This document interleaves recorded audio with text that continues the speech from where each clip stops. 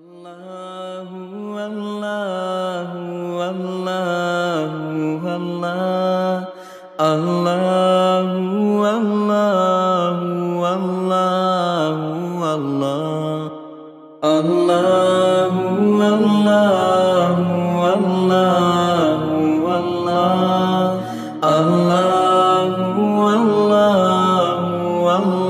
اللہ اللہ درمیان حضرت مولانا ناطق صاحب دامت برکاتہم تشریف فرما ہے. یہ میں ان کے ساتھیوں میں سے ہوں اور ہمارے قریبی دوست بھی ہیں اور ہمارے امیر صاحب بھی ہیں. جہاں بھی ہم جاتے ہیں انہی کی رہبری میں انہی کی رہنمائی میں ہم جاتے ہیں اور ہر کام ہم ان سے پوچھ کر کرتے ہیں. میں مولانا ناطق صاحب کو میں سب سے پہلے آپ کا شکر ادا کرتا ہوں کہ آپ نے ہماری دعوت کو قبول کیا. میں آپ سے ادباً گزارش کرتا ہوں کہ آپ ہمارے لیے کچھ نصیحت کریں.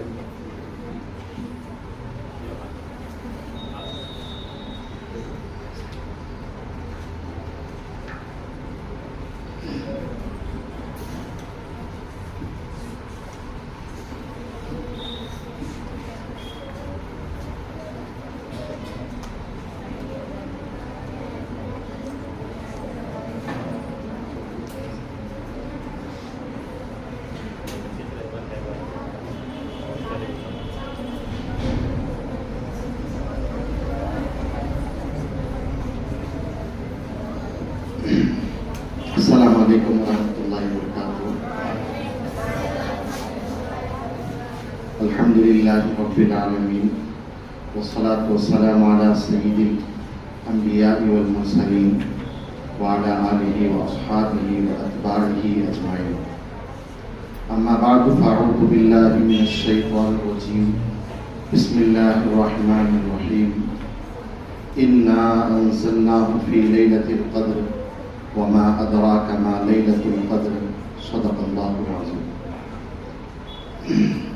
معزز سامعین، الحمدللہ اس اسکول کے بارے میں نے کافی حد تک، ہمارے دونوں دوست ہیں جو آپ کی اسکول میں پڑھا رہے ہیں، میں نے یہاں کی کارگزاری اور یہاں کے حالات معلوم کیے تو سن کر بڑی خوشی ہوئی کہ یہاں پر الحمدللہ عصری تعلیم کے ساتھ دینی تعلیم کا ایک بہت زبردست ماحول چل رہا ہے، اور ساتھ ہی ساتھ ہمارے جو دونوں ساتھی ہیں ماشاءاللہ بڑی زبردست محنت بھی کر رہے ہیں. اور جب بھی ہم بچے کو، کوئی بھی اس اسکول کا بچہ ہو، جب ملتا ہے تو ہم سلام کرنے سے پہلے وہ بچہ ہمیں سلام کر دیتا ہے. تو اس سے بات پتہ چلتی ہے کہ اسکول کے اندر دینی تعلیم کی کتنی اہمیت ہے اور کتنا زبردست یہاں پر محنت کرایا جا رہا ہے. تو دیکھیے کہ قرآن ایک بہت بڑی دولت ہے. آج ہر آدمی اس قرآن کے احترام کو، ادب کو بھول چکا ہے. تو اسی وجہ سے آج دیکھیے کہ مسلمانوں کے اندر سب سے پہلے اگر کسی علم کا جانا ہے تو قرآن مجید کا علم سیکھنا سب سے بہت اہم اور ضروری ہے. تو ہم دیکھتے ہیں کہ آپ علیہ الصلوۃ والسلام کے زمانے میں جو معجزہ اللہ کے نبی علیہ الصلوۃ والسلام کو ملا وہ قرآن کی شکل میں ملا. ہر نبی کے دور میں کچھ نہ کچھ آیا کرتا تھا.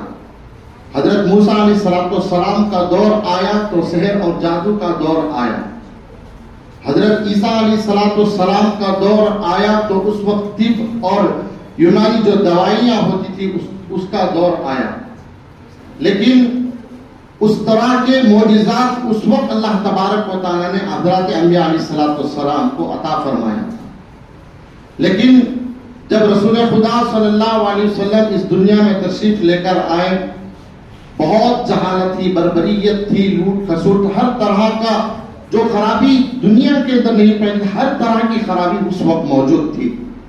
لیکن آپ علیہ السلام کو نبی بنانے کے بعد اللہ تبارک و تعالیٰ نے اس قرآن مجید کے ایک معجزے کو عطا فرمایا. اور قرآن مجید کے ذریعے سے دیکھیے کہ وہاں پر جو ٹکراؤ ہوتا تھا وہ فصیح اللسان یعنی زبانوں کی جانچ و پڑتال ہوا کرتی تھی. تو اس وقت اللہ تبارک و تعالیٰ نے اس قرآن مجید کے معجزے کو عطا فرمایا. تو تمام لوگ یہ کہا کرتے تھے کہ ایک ایسا کلام رسول اللہ صلی اللہ علیہ وسلم کے پاس آ چکا ہے جو بھی اس کو سنتا ہے گمراہ ہو جاتا ہے, برباد ہو جاتا ہے, غلط راستے کو اختیار کر لیتا ہے. تو اسی سلسلے میں حضرت عمر دوسی رضی اللہ تعالیٰ آئے مکہ المکرمہ کو. تو لوگوں نے کہا کہ ایک ایسا آدمی ہمارے پاس آیا ہوا ہے اور اس کے پاس ایک ایسا کلام ہے جس کو جو آدمی بھی سنتا ہے وہ آدمی گمراہ ہو جاتا ہے. اور ان سے وہ قبیلے والے لوگوں نے فرمایا کہ آپ ان سے احتیاط برتنا, آپ ان کے نزدیک نہ بھٹکنا, آپ ان کے قریب تک نہ جانا, بلکہ ان سے دور ہی آپ رہنا. تو ایک مرتبہ حضرت عمر دوسی رضی اللہ تعالیٰ بڑے زبردست کلام کرنے والے تھے, اپنی زبان میں مہارت رکھنے والے تھے. انہوں نے سوچا کہ میں نے تو لوگوں کی باتوں کو سنا, لیکن میرا بھی کچھ حق بنتا ہے کہ وہ کلام کیسا ہے جس سے لوگ مجھے ڈرا رہے ہیں. تو اس وقت حضرت عمر دوسی رضی اللہ تعالی عنہ اللہ کے نبی علیہ الصلوۃ والسلام نماز میں کھڑے ہوئے ہیں کعبے کے اندر. حضرت عمر دوسی رضی اللہ تعالی اللہ کے نبی علیہ الصلوۃ والسلام کو دیکھ رہے ہیں, نماز کے طریقوں کو دیکھ رہے ہیں. اس وقت اللہ کے رسول صلی اللہ علیہ وسلم معوذتین کی جو صورت ہیں اس کی تلاوت فرمائی. تو جیسے ہی انہوں نے اس کلام کو سنا, اللہ کے نبی علیہ الصلوۃ والسلام کے قریب گئے اور جا کر اللہ کے نبی علیہ الصلوۃ والسلام سے فرمایا, یا رسول اللہ صلی اللہ علیہ وسلم, جب میں مکے کے اندر آیا تو مکے کے تمام لوگوں نے مجھے ڈرایا, آپ کے نزدیک تک مجھے بھٹکنے نہیں دیا, لیکن پھر میں نے سوچا ایک ایسا کلام جس کو سننے کے بعد اللہ کے نبی علیہ الصلوۃ والسلام کے قریب گئے اور جا کر اللہ کے نبی علیہ الصلوۃ والسلام سے فرمایا, یا رسول اللہ, مجھے یہ جو کلام میں معجزہ نظر آتا ہے, میں آپ پر اسلام کو لے کر آتا ہوں, ایمان کو لے کر آتا ہوں. اسی جگہ بیٹھ کر حضرت عمر دوسی رضی اللہ تعالیٰ عنہ اسی وقت کلمہ پڑھے اور مسلمان ہو چکے. تو ہمارے لیے ضروری ہے کہ ہم مسلمان ہیں, ہمارا حق بنتا ہے اس کلام کا احترام کرنا, ادب کرنا. قرآن مجید کے سامنے ہم بڑا ادب کے ساتھ بیٹھا کرے. اس قرآن مجید کو دیکھیں کہ اتنی زبردست کتاب ہے کہ اللہ تبارک و تعالیٰ اس قرآن مجید کے ذریعے سے بہت سارے لوگوں کو ہدایت عطا فرما دیتا ہے. اگر ہم اس کی بے ادبی کرتے ہیں تو ہم بھی گمراہی کے راستے میں چلے جاتے ہیں. اس وجہ سے ہمارے لیے ضروری بنتا ہے کہ ہم اس قرآن مجید کا بڑا ادب احترام کریں. اس کے ساتھ جس طرح کا برتاؤ کرنا, یہ نہیں کہ پڑھنا آ گیا اس کو بند کر کے مکمل طور پر چھوڑ دیے اور رمضان آیا اس وقت اٹھا لیا, ایسا نہیں کرنا چاہیے. بلکہ قرآن مجید کو جب ہم پڑھنا سیکھ لیتے ہیں, کچھ یاد کرنا سیکھ لیتے ہیں, اس قرآن مجید سے ہمارا تعلق ہونا چاہیے, ہمارا ربط ہونا چاہیے. ہمارے لیے ضروری بنتا ہے کہ اس قرآن مجید کی روزانہ کچھ نہ کچھ صورتیں, کچھ نہ کچھ ہم تلاوت کرنے کی کوشش کرنی چاہیے. بس اللہ تعالیٰ سے دعا ہے کہ ہوئی باتوں پر عمل کی توفیق عطا فرمائے. وآخر دعوانا الحمدللہ رب العالمین.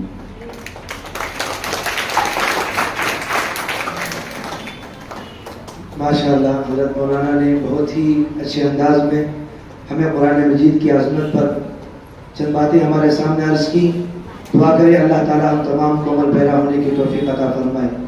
پھر میں ان کے بعد مولانا غوث صاحب کو دعوت دیتا ہوں, وہ بھی ہمارے لیے کچھ نصیحت فرمائے.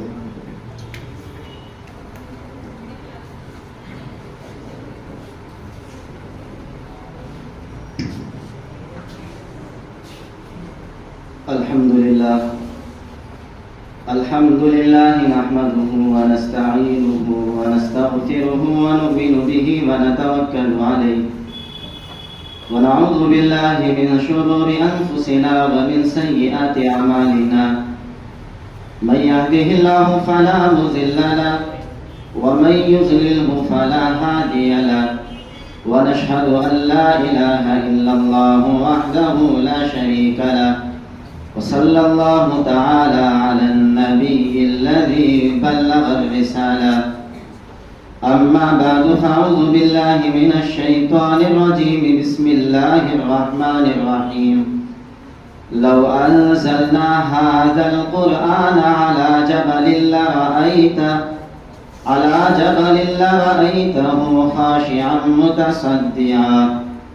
خاشعا متصدعا من خشية الله. وقال تعالى: وننزل من القرآن ما هو شفاء ورحمة للمؤمنين. وقال تعالى: إنا نحن نزلنا الذكر وإنا له لحافظون. صدق الله مولانا العظيم وصدق رسوله النبي الكريم ونحن على ذلك لمن الشاهدين والشاكرين والحمد لله رب العالمين.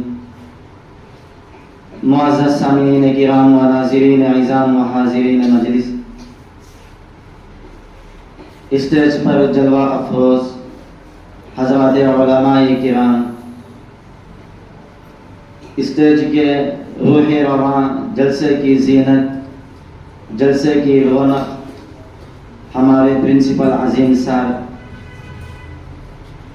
اور سامنے بیٹھے ہوئے یہاں کے طالبین و طالبات اور یہاں پر خدمات انجام دینے والی حضرات خواتین ٹیچرز حضرات اور پیش نظر بیٹھے ہوئے چھوٹے چھوٹے ننھے منھے بچوں، اب تمام حضرات کی خدمت میں سب سے پہلے سلام پیش کرتا ہوں۔ السلام علیکم ورحمۃ اللہ وبرکاتہ۔ معزز سامعین کرام، میرا اور آپ کا یہاں پر جمع ہونا صرف اور صرف قرآن کی محبت اور قرآن کی عقیدت سے ہے۔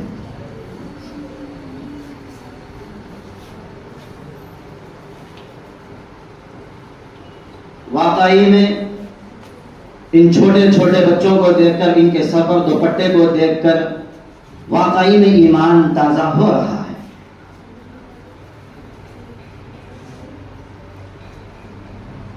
کیا انداز تھا بچوں کی تلاوت کا، واقعی میں معلوم ہو رہا ہے یہاں کے اساتذہ، یہاں کے ٹیچرز ان بچوں کے پیچھے کافی محنتیں کی ہیں۔ اگر محنت نہ ہوتی تو پھر ہمارے سامنے یہ نظارہ نہ آتا۔ یہ نظارہ سامنے آیا ہے تو اس بات کا ثبوت ہے کہ یہاں پر بہت زیادہ کوششیں، محنتیں، کاوشیں ہو رہی ہیں۔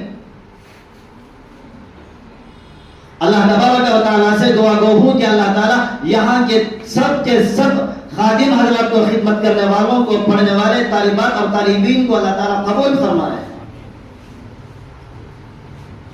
بہرحال اللہ تبارک و تعالیٰ نے قرآن مجید کے اندر فرمایا: وَنُنَزِّلُ مِنَ الْقُرْآنِ مَا هُوَ شِفَاءٌ وَرَحْمَةٌ لِّلْمُؤْمِنِينَ۔ اور ایک جگہ فرمایا: لَوْ أَنزَلْنَا هَذَا الْقُرْآنَ عَلَى جَبَلٍ لَّرَأَيْتَهُ خَاشِعًا مُّتَصَدِّعًا مِّن خَشْيَةِ اللَّهِ۔ کیا مطلب ہے، کیا مفہوم ہے، کیا ترجمہ ہے؟ اللہ تبارک و تعالیٰ جب اس قرآن کو اتارنے کا، نازل کرنے کا فیصلہ لیا، اللہ تبارک و تعالیٰ نے جبل اور پہاڑ سے پوچھا کہ جبل اور پہاڑ ہم آپ پر اپنے معزز اور متبرک کو آپ پر اتارنا چاہتے ہیں۔ قرآن میرے دوستوں اللہ کی خشیت سے، اللہ کے ڈر سے تھرانے لگا، کانپنے لگا، پارا پارا اور ریزہ ریزہ ہو گیا۔ معمولی کلام نہیں، کوئی آدمی کا بیان کیا ہوا کلام نہیں، ہمارے آبا و اجداد کا بتایا ہوا کلام کوئی اسٹوری نہیں، بلکہ اللہ تبارک و تعالیٰ کا کلام ہے۔ اللہ پاک اپنے پہاڑ پر اتارنا چاہ رہے ہیں اپنے مقدس کلام کو، پہاڑ بھی کانپنے لگا، تھروانے لگا کہ ایسا مقدس کلام مجھ پر سنبھالنے کی کیپیسٹی اور ہمت نہیں ہے۔ اور ایک جگہ اللہ تبارک و تعالیٰ نے فرمایا: وَنُنَزِّلُ مِنَ الْقُرْآنِ مَا هُوَ شِفَاءٌ وَرَحْمَةٌ لِّلْمُؤْمِنِينَ۔ یہ قرآن ہم نے ایسے ہی نہیں اتارا، بلکہ مسلمان لوگوں کے لیے، ایمان والوں کے لیے یہ ایک رحمت ہے۔ وَرَحْمَةٌ لِّلْمُؤْمِنِينَ۔ آسمانی چار مشہور کتابیں جو آپ نے تعلیم کے اندر، درس کے اندر اس کا سبق بھی پڑھا ہے۔ تورات اللہ تبارک و تعالیٰ نے حضرت موسیٰ علیہ السلام پر نوازا، حضرت عیسیٰ علیہ السلام کو عرش عظیم پر بلایا اور بلا کر کہا کہ عیسیٰ ہم آپ پر انجیل کو نوازنا چاہتے ہیں۔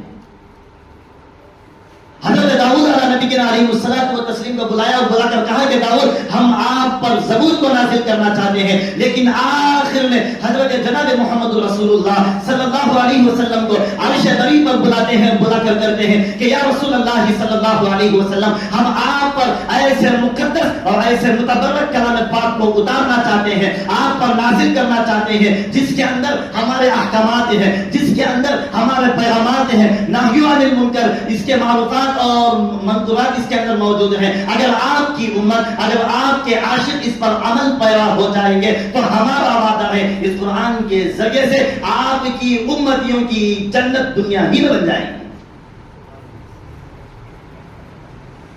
اور فرمایا کہ اے محمد ہم نے آپ سے پہلے موسیٰ کو بھی بلایا، تورات جیسی عظیم کتاب ان کے سپرد فرما دی۔ اے محمد ہم نے آپ سے پہلے عیسیٰ کو بھی بلایا، انجیل جیسی کتاب سے ان کو آراستہ و پیراستہ کیا۔ اے محمد ہم نے آپ سے پہلے داؤد کو بھی بلایا، داؤد پر زبور جیسی عظیم کتاب کو ہم نے ان کے سپرد فرما دی۔ لیکن اے محمد ہم آپ پر سب سے بھاری اور پاورفل جو دنیا کی سب سے بڑی عظیم اور بڑی کتاب ہے قرآن مجید ہم آپ پر نازل کرنا چاہتے ہیں، لیکن اے محمد اس میں فشل کیا ہے اور اس کے اندر ایک الگ بات کیا ہے؟ داؤد کو بھی بلایا، عیسیٰ کو بھی بلایا، موسیٰ کو بھی بلایا، لیکن ان کی کتابیں ہم نے ان پر سپرد کر دی ہے، لیکن یہ قرآن ہے جو آپ پر ہم نازل کرنا چاہتے ہیں۔ محمد آپ فکر نہ کرو، پر پہاڑ بھی اس کو اٹھانے سے عاجز ہو گیا، اگر اس پہاڑ کو سمندر پر نازل کرتے تو سمندر بھی عاجز ہو جاتا، لیکن محمد اس قرآن کو ہم نے آپ پر منتخب کر کے، آپ کو اس کے لیے ڈیسائیڈ کر کے آپ پر ہم نے نازل کیا ہے۔ لیکن محمد خم کرنے کی تو یہ بات نہیں ہے، قرآن آپ پر تو اتاریں گے ضرور، لیکن اس قرآن کی حفاظت خود تمہارا اللہ نے۔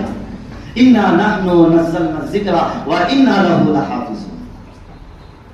عزیز دوستو، اسی وجہ سے آج دنیا کے اندر کتنے افراد، کتنی قومیں، کتنی ملتیں ایسی آئی جو قرآن کو ختم کرنے کی ناپاک سازش کی، کتنی آوازیں، کتنی صدائیں ایسی آئی جو قرآن کا بعض حصہ ختم کرنے کے لیے بڑے بڑے ریالیاں نکالے۔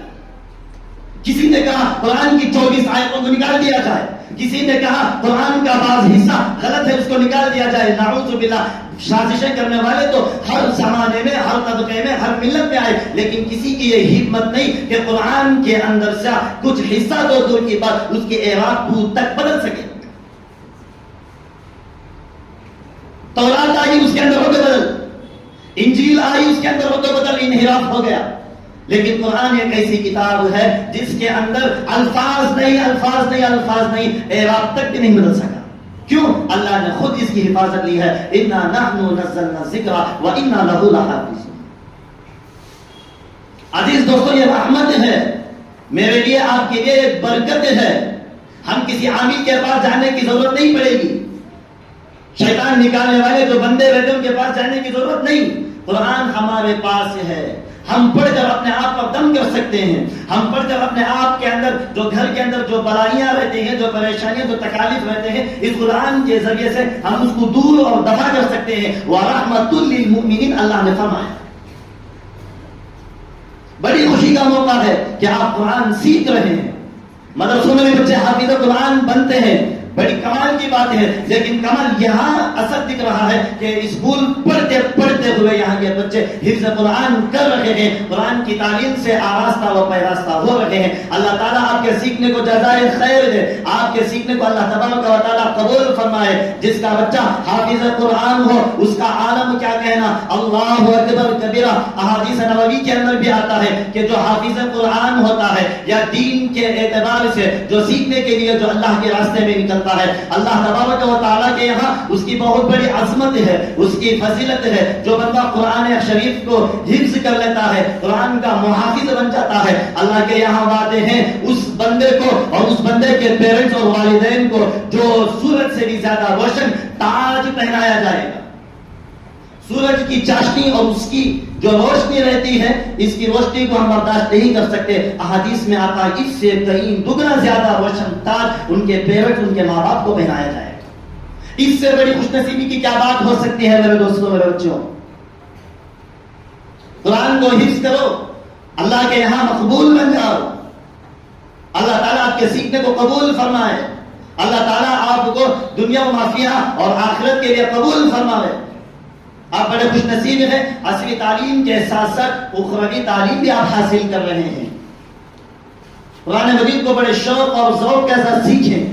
اللہ تبارک و تعالیٰ نے فرمایا وَنُنَزِّلُ مِنَ الْقُرْآنِ مَا هُوَ شِفَاءٌ لِمَا فِي الصُّدُورِ. یہ قرآن کی تعلیم ایسی تعلیم ہے جو تمہارے دلوں کی گندگی کو، جو تمہارے دلوں کے اندر نفرتیں، عداوتیں، جو تعصب رہتا ہے، ان تمام چیزوں کو قرآن اللہ تبارک و تعالیٰ اپنی طرف سے، قرآن کی طرف سے اللہ تعالیٰ ان قدرتوں کو، ان عداوتوں کو نکال دیتے ہیں، دھو دیتے ہیں. اللہ تعالیٰ کے یہاں بھی آپ کی مقبولیت ہے. آپ کے والدین کو اللہ تبارک و تعالیٰ نور کا تاج پہنایا جائے گا، نور جیسا تاج پہنایا جائے گا. میں یہاں کے پیرنٹ، جو بچوں کے پیرنٹ بھی یہاں پر خدمت حاضر ہوئے ہیں، میں ان سے بھی درخواست کرنا چاہتا ہوں کہ یہاں کے ٹیچر اور یہاں کے ماسٹر، یہاں کے اساتذہ آپ کے بچوں پر محنت تو ضرور کریں گے، لیکن آپ کا بھی یہ فرض بنتا ہے کہ آپ بھی اپنے گھر کے اندر توجہ دیں، ان کی نگرانی کریں. یہ بچے پڑھ رہے ہیں یا نہیں پڑھ رہے ہیں، ان کو دیکھیں. بار بار صرف شکایت کرنا نہیں ہے کہ فلاں اساتذہ نے، فلاں ٹیچر نے بچے کو مار دیا، اس کو ڈرا دیا، اس کو دھمکا دیا. اس کا نام تربیت نہیں ہے، اس کا نام دیکھ بھالی نہیں ہے، نگرانی نہیں ہے. بلکہ آپ اپنے بچوں کو دیکھیں کہ گھر میں واقعی میں قرآن پڑھنے والا بنا ہے یا نہیں بنا ہے، احادیث نبوی پر گامزن اور عمل کرنے والا ہوا ہے یا نہیں ہوا ہے. اللہ تعالیٰ مجھے بھی اور آپ کو بھی قبول فرمائے. آپ اپنے بچوں کی اچھی طرح سے، صحیح سے تربیت کریں. تربیت کا معنی یہ نہیں کہ بچے کو اچھی طرح سے کھلا دیں. تربیت کا معنی یہ نہیں کہ بچہ جو چاہے پوچھے، کھلونے، کپڑے وغیرہ دلا دے، یہ نہیں. بلکہ تربیت کا معنی یہ ہے کہ آپ کا بچہ انسان تو ہے، اس انسان کے اندر انسانیت ہے یا نہیں وہ دیکھنا ہے. آپ کا بچہ MAT اسکول کے اندر تعلیم حاصل کر رہا ہے، اس کے اندر آقا نبی علیہ الصلوۃ والتسلیم کی محبت ہے یا نہیں دیکھنا آپ کو ہے.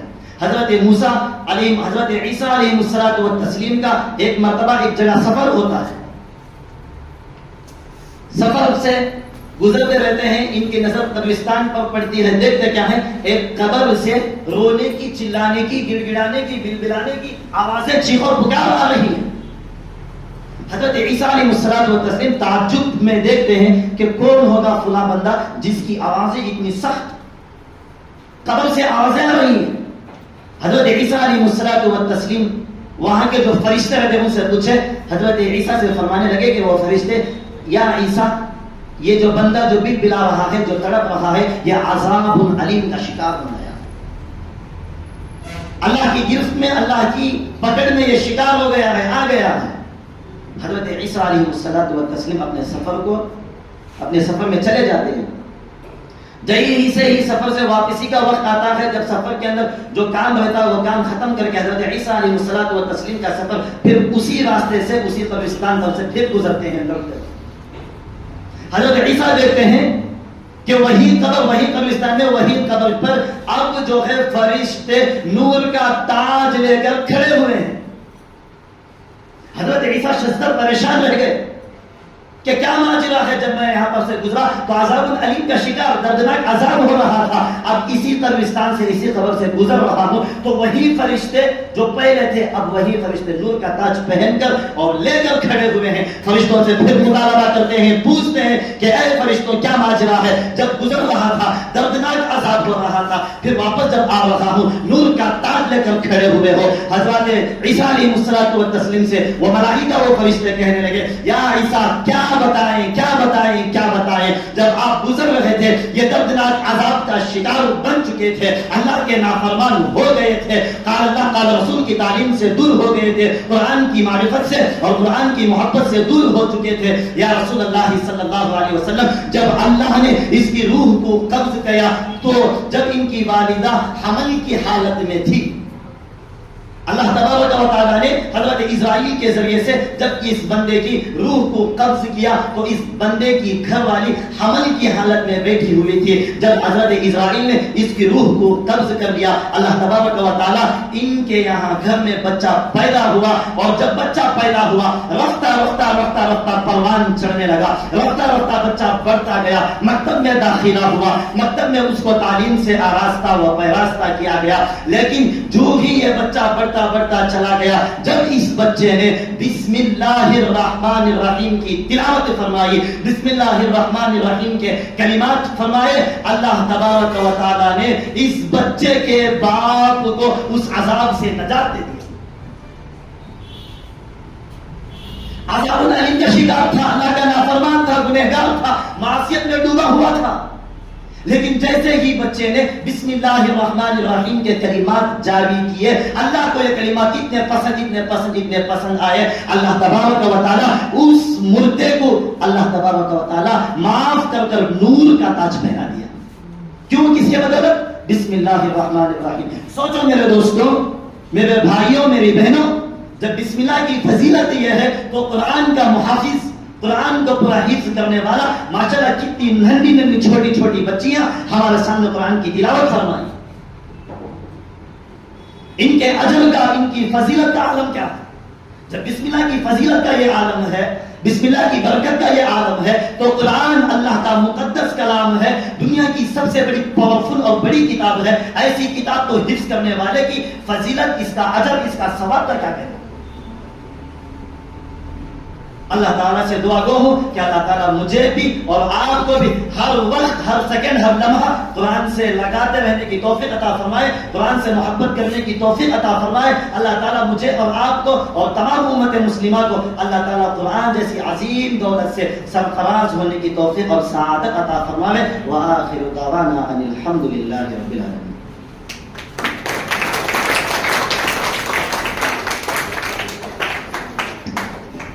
اس کے بعد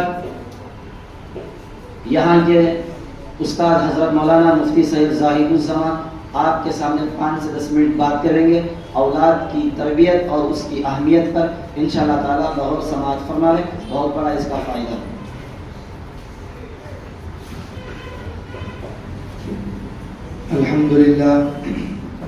الحمدللہ رب العالمین والعاقبۃ للمتقین والصلاة والسلام على سيد الأنبياء والمرسلين محمد وآله وأصحابه أجمعين.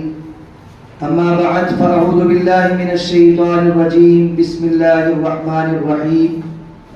يا أيها الذين آمنوا قوا أنفسكم وأهليكم نارا وقودها الناس والحجارة صدق الله العظيم. قال النبي صلى الله عليه وسلم كل أمتي يدخلون الجنة إلا من أبى. قيل من أبى؟ قال رسول الله صلى الله عليه وسلم من أطاعني دخل الجنة ومن عصاني فقد أبى, أو كما قال عليه الصلاة والسلام. محترم قابل قدر سامعین کرام, اللہ کے نیک اور صالح بندو, ابھی آپ حضرات حضرت مولانا غوث صاحب دامت برکاتہم کا خطاب سماعت کر رہے تھے. حضرت نے بڑے ہی واضحانہ انداز میں ہمیں قرآن کے ساتھ کس طرح تعلق رکھنا ہے, قرآن کے ساتھ ہمیں کس طرح محبت رکھنا ہے. الحمدللہ بہت ساری باتیں ہمارے سامنے آئی. دعا کریں اللہ تعالی ہم تمام کو ان باتوں پر عمل کرنے کی توفیق عطا فرمائے. میں مختصر بات کہہ کر اپنی بات کو ختم کروں گا کیونکہ جمعہ کا بھی موقع ہے. میں نے جو آیت پڑھی اس کے اندر اللہ نے فرمایا یا ایھا الذین آمنو. قرآن میں اللہ تعالیٰ نے انبیاء کا تذکرہ فرمایا, قرآن میں اللہ تعالیٰ نے منکرین کا تذکرہ فرمایا, قرآن میں اللہ تبارک و تعالیٰ نے اللہ والوں کا تذکرہ فرمایا. پھر اللہ تبارک و تعالیٰ کلام مجید میں جب انسانوں کو کوئی ایک خاص چیز کی طرف رہنمائی کرنا چاہتے ہیں تو اللہ تبارک و تعالیٰ یا ایھا الذین آمنوا سے خطاب فرماتے ہیں. آپ نے دیکھا ہوگا, آپ نے اسے محسوس بھی کیا ہوگا کہ ایک باپ ہے اور وہ اپنے بچے کو جب بیٹا کہہ کر پکارتا ہے, بیٹے کہنے میں جو مزہ ہے, بیٹے کہہ کر پکارنے میں جو محبت ہے, وہ نام لے کر پکارنے میں نہیں ہے. اللہ تبارک و تعالی نے یہاں پر یا ایھا الانسان نہیں کہا، بلکہ اللہ نے فرمایا یا ایھا الذین آمنو، اے وہ لوگوں جو ایمان لائے ہو۔ آگے اللہ نے فرمایا، آگے جو میں مضمون بیان کر رہا ہوں اسے تھوڑی توجہ سے سننا۔ اللہ نے فرمایا اے ایمان والو قوا انفسکم، تم اپنے آپ کو بھی جہنم، قوا انفسکم واہلیکم نارا، اللہ نے فرمایا تم اپنے آپ کو بھی دوزخ کی آگ سے بچاؤ اور اپنے اہل و عیال کو بھی دوزخ کی آگ سے بچاؤ۔ ہم یہ سمجھ کر نہ بیٹھ جائیں، میں آئے ہوئے والدین سے یہ میں درخواست کرنا چاہتا ہوں، اور ہمارے لیے بھی یہی درخواست ہے، یہی نصیحت ہے کہ ہم یہ سمجھ کر نہ بیٹھ جائیں کہ ہم فجر میں اٹھ کر نماز پڑھ لیتے ہیں، ہم 5 وقت کی نماز پابندی سے پڑھ لیے، بچے نماز پڑھ رہے یا نہیں پڑھ رہے اس کی ہمیں کوئی فکر نہیں، ہم تو قرآن پڑھ رہے ہیں، بچے قرآن پڑھ رہے یا نہیں پڑھ رہے ہمیں اس کی فکر نہیں ہے۔ ہمیں چاہیے کہ ہم عبادت گزار ہیں تو ہمارے بچے بھی عبادت گزار ہونا چاہیے، ہم نماز پڑھتے ہیں ہمارے بچے بھی نماز پڑھنا چاہیے۔ اللہ کے نبی صلی اللہ علیہ وسلم کی ہر سنت پر اگر ہم عمل کرتے ہیں تو ہمارے بچے بھی سرکار دو عالم صلی اللہ علیہ وسلم کی ہر سنت پر عمل کرنا چاہیے۔ کل قیامت کے روز اگر اللہ تبارک و تعالیٰ کے سامنے اگر کوئی بچہ یہ کہے کہ اے اللہ میرے باپ نماز کو جاتے تھے، اے اللہ میرے باپ صحیح راستے پر عمل کرتے تھے لیکن انہوں نے میری صحیح تربیت نہیں کی، مجھے صحیح رہنمائی نہیں کی، تو ہمیں اللہ تبارک و تعالیٰ کے پاس جواب دینا ہوگا۔ اللہ تعالیٰ پوچھیں گے تم عبادت گزار تھے، تمہارا بیٹا گناہ کرتا تھا، تم عبادت گزار تھے، تمہارا بیٹا جھوٹ بولتا تھا، تم عبادت گزار تھے، تمہارا بیٹا جوا کھیلتا تھا، تم عبادت گزار تھے، تم نماز کے لیے جاتے تھے، تمہارا بیٹا سڑکوں پہ بیٹھ کر پب جی کھیلتا ہوا نظر آتا تھا، تم دیکھ کر یہ سمجھتے کہ اس کے دوست وہاں پر بیٹھے ہوئے ہیں، اگر میں اس محفل میں جا کر اپنے بچے کو ڈانٹوں گا تو اس کی بے ادبی ہوگی، وہ مجھ پر غصہ ہوگا، وہ مجھ پر چلائے گا۔ اگر کوئی باپ یہ سمجھ کر ہاتھ پر ہاتھ ڈال کر یہ بیٹھ جائے تو وہ اپنے بیٹے کو آگ میں ڈھکیل رہا ہے اپنے ہاتھوں سے۔ بزرگان محترم، بہت ساری چیزیں ایسی ہوتی ہیں جسے زبان سے روکنا ہوتا ہے، بہت ساری چیزیں ہوتی ہیں جسے ہاتھ سے روکنا ہوتا ہے۔ اگر کوئی بچہ معصوم ہے، وہ سامنے آگ ہے، آگ کے قریب وہ جا رہا ہے، اسے معلوم نہیں ہے کہ وہ آگ اسے جلا دے گی، اگر ماں باپ دور سے بیٹھ کر یہ کہے کہ بیٹے وہ آگ ہے اس کے قریب مت جاؤ، اگر تم اس پہ جاؤ گے تو جل جاؤ گے، کیا کوئی ماں باپ دور سے بیٹھ کر یہ کہیں گے کہ تم اس کے قریب مت جاؤ؟ ایسا کوئی دنیا میں کوئی ماں باپ نہیں کریں گے، بلکہ ماں باپ دوڑ کر جائیں گے اور اس بچے کو اپنے گود میں اٹھا لیں گے۔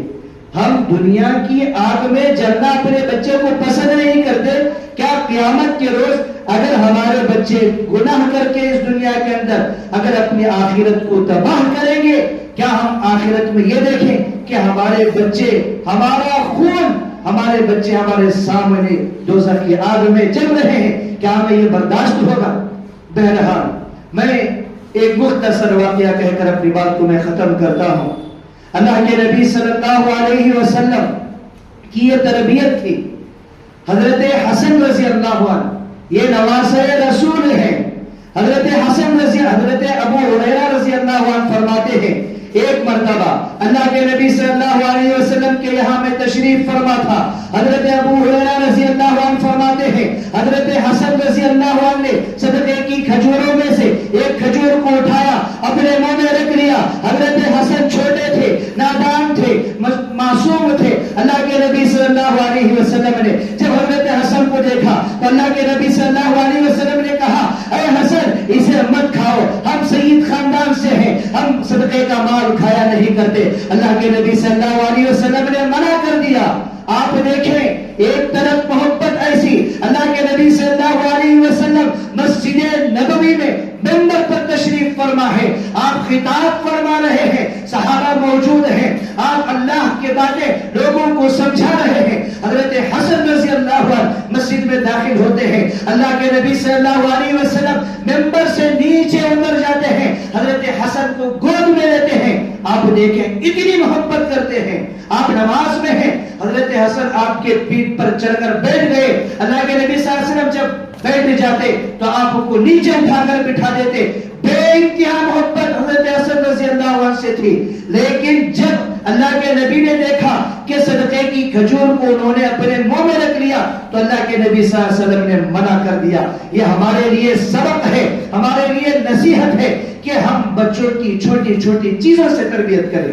ہم دیکھیں کہ بچہ ہمارے سے جب باہر جاتا ہے تو اس کے دوست کس طرح کے ہیں, اس کے دوست سے جب وہ ملتا ہے ان کے دوستوں کے اخلاق کس طرح کے ہیں, ان کے دوستوں کی عادتیں کیا ہیں, ہمیں یہ جانچنا چاہیے. یہ گمان نہیں ہے بلکہ یہ بچے کی تربیت ہے. بچہ اگر ہمارے سامنے کوئی ایسا کام کرے, اگر ہم دیکھیں تو وہ اسے چھپا لے, چھپتا ہوا پوشیدہ رکھ کر اگر کوئی کام کر رہا ہے تو بچے سے کہے بیٹا اگر وہ پوشیدہ رکھ کر چھپا کر کوئی کام کر رہا ہے تو ظاہر سی بات ہے کہ وہ غلط کام ہوگا.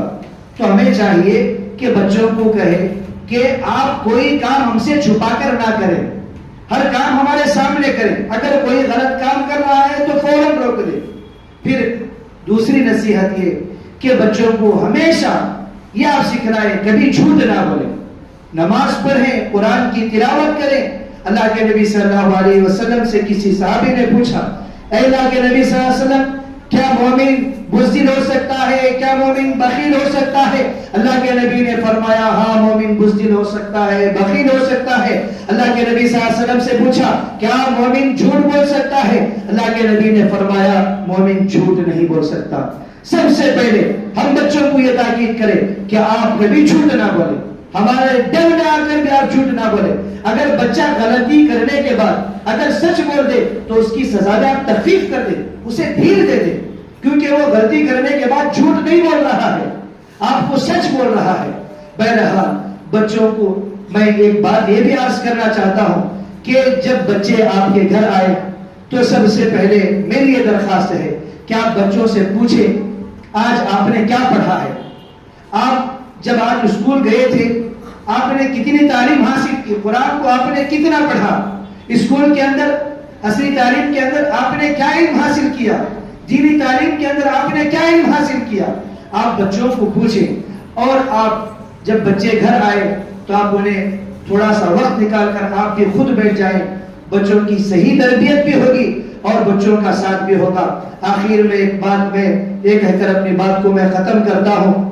الحمدللہ میں بچوں سے بھی کہتا ہوں کہ آپ کچھ سیکھیں یا نہ سیکھیں, لیکن یہاں سے آپ چند چیزیں سیکھ کر جا رہے ہیں. ان میں سے دو چیزیں یہ ہیں کہ آپ کو یہ چیز یہاں سے لے کر جانا ہے کہ آپ ایمان کبھی نہیں چھوڑو گے, اسلام کے طریقوں کو کبھی نہیں چھوڑو گے.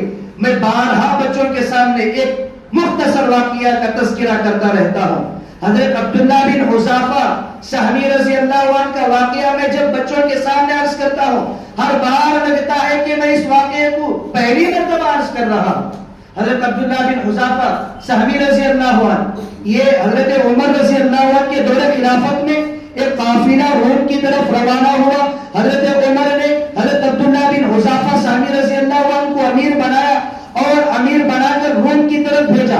حضرت عبداللہ بن حذافہ رضی اللہ عنہ کے ساتھ تمام لوگوں کو وہاں کے بادشاہ نے قید کر لیا. بادشاہ نے کہا کہ میں تمہیں دو چیزیں کہنا چاہتا ہوں. پہلی چیز یہ ہے کہ تمہیں ایمان چھوڑنا پڑے گا, اگر تم ایمان چھوڑ دو گے تو میں اس کے بدلے میں میری جو آدھی سلطنت ہے, میری جہاں تک حکومت چلتی ہے, آدھی حکومت میں تمہارے نام کر دوں گا. دوسری بات یہ اگر تم ایمان چھوڑ دو گے تو میں اس کے بدلے میں اپنی بیٹی کا نکاح میں تم سے کرا دوں گا. بادشاہ سے کہنے لگے حضرت عبداللہ بن حذافہ رضی اللہ عنہ, اے جہاں بنا آپ بڑے ہیں, آپ کا میں ادب کرتا ہوں, لیکن کان کھول کر ایک بات آپ سن لیں.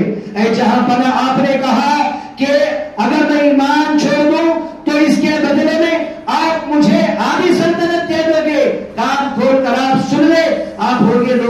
بادشاہ اگر آپ مجھے آدھی سلطنت تو کیا پوری سلطنت دے دے تب بھی میں ایمان چھوڑنے کے لیے تیار نہیں ہوں، اور آپ نے بیٹی کی لالچ دی میں اس کے لیے بھی تیار نہیں ہوں۔ بادشاہ سمجھ گیا اب میں اسے ڈرا کر دھمکا کر ایمان چھینوں گا۔ بادشاہ نے آگ کو جلایا اور اس کے اندر اس نے کڑی رکھا اور اس کے اندر اس نے تیل کو گرم کیا، اور بادشاہ نے لوگوں سے کہا ان میں سے ایک آدمی کو لایا جائے اور اس کے اندر اسے ڈالا جائے اور اسے اسی طرح جلا دیا جائے۔ بادشاہ وہاں پر موجود ہے، تمام صحابہ وہاں پر موجود ہے۔ بادشاہ نے دیکھا حضرت عبداللہ بن حذافہ رضی اللہ عنہ کو کہ اس منظر کو دیکھ کر ان کی کیا حالت ہوتی ہے۔ حضرت عبداللہ بن حذافہ رضی اللہ عنہ نے جب اس شخص کو دیکھا، جب اسے ڈالا گیا تو اس کے جسم کے اعضاء الگ الگ ہو گئے، تو آپ کے آنکھوں سے آنسو جاری ہو گئے۔ بادشاہ نے اپنے پاس بلایا اور بادشاہ نے کہا کہ مجھے یہ بات سمجھ میں آ چکی ہے کہ آپ اب ایمان چھوڑنے والے ہیں۔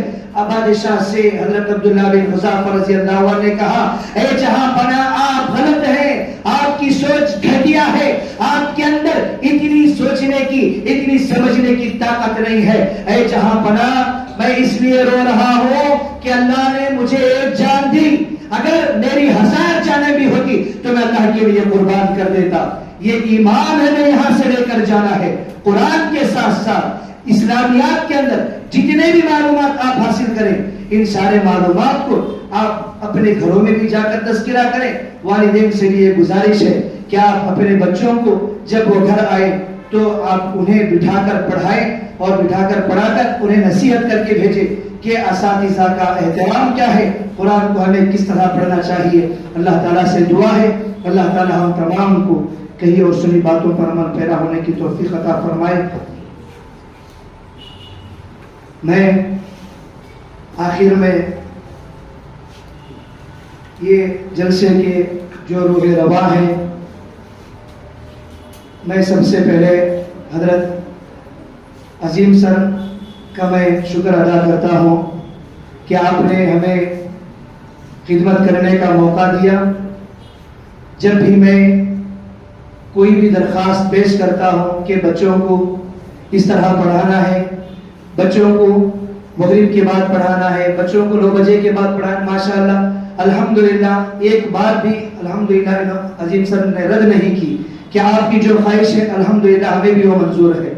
اور اسی کے ساتھ ساتھ میں روحیم اس کا بھی شکر گزار ہوں کہ آپ نے بھی ہمیں ہر وقت آپ کا بھی ساتھ ہمارے ساتھ رہا، عظیم سر کا بھی ساتھ ہمارے ساتھ رہا۔ میں دوبارہ آپ دونوں کا میں شکر ادا کرتا ہوں۔ اللہ تعالیٰ آپ دونوں کے خدمات کو قبول عطا فرمائے۔ اور اسی کے ساتھ ساتھ میں والدین کا بھی شکر گزار ہوں کہ آپ نے ہماری ہر بات پر آپ بھی لبیک کہتے ہوئے اپنے بچوں کو آپ نے بھیجا، وقت پر آپ نے روانہ کیا۔ میں اسی بات پر اپنی بات کو میں ختم کرتا ہوں۔ وآخر دعوانا ان الحمدللہ رب العالمین۔